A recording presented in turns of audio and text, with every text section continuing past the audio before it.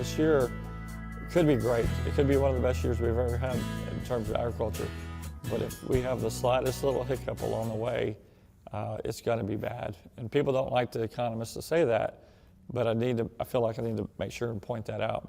Joe Outlaw is no stranger to agriculture.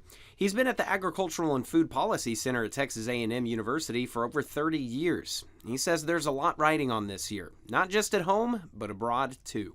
We import a lot more than we sell to other countries, and everything except for agriculture. Agriculture, the estimate is 1 in 3 acres goes to the export markets. One of the big players over the past 5 years, China. Outlaw says we need to be mindful of how much we export there and how policy changes could impact the bottom line. Depending on what China does and depending upon what production happens in South America, we can export more or less, and that will really be the difference in whether we have extremely high prices or just pretty good prices. But even if China won't buy grains for food and for animal food, Outlaw says somebody will. Their demand for U.S. products is very strong.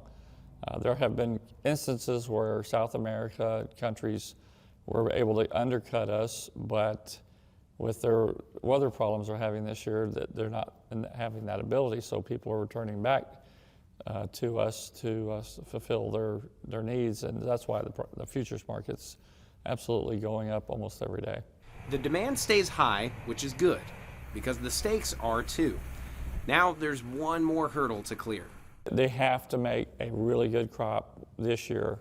They've got too much money invested in inputs, and the weather has the long-term projections for this year that we're going to have a drought in Texas. People need to make sure and make good insurance decisions, and because you don't want to ever collect. That's a look at Central Texas agriculture from the ground up.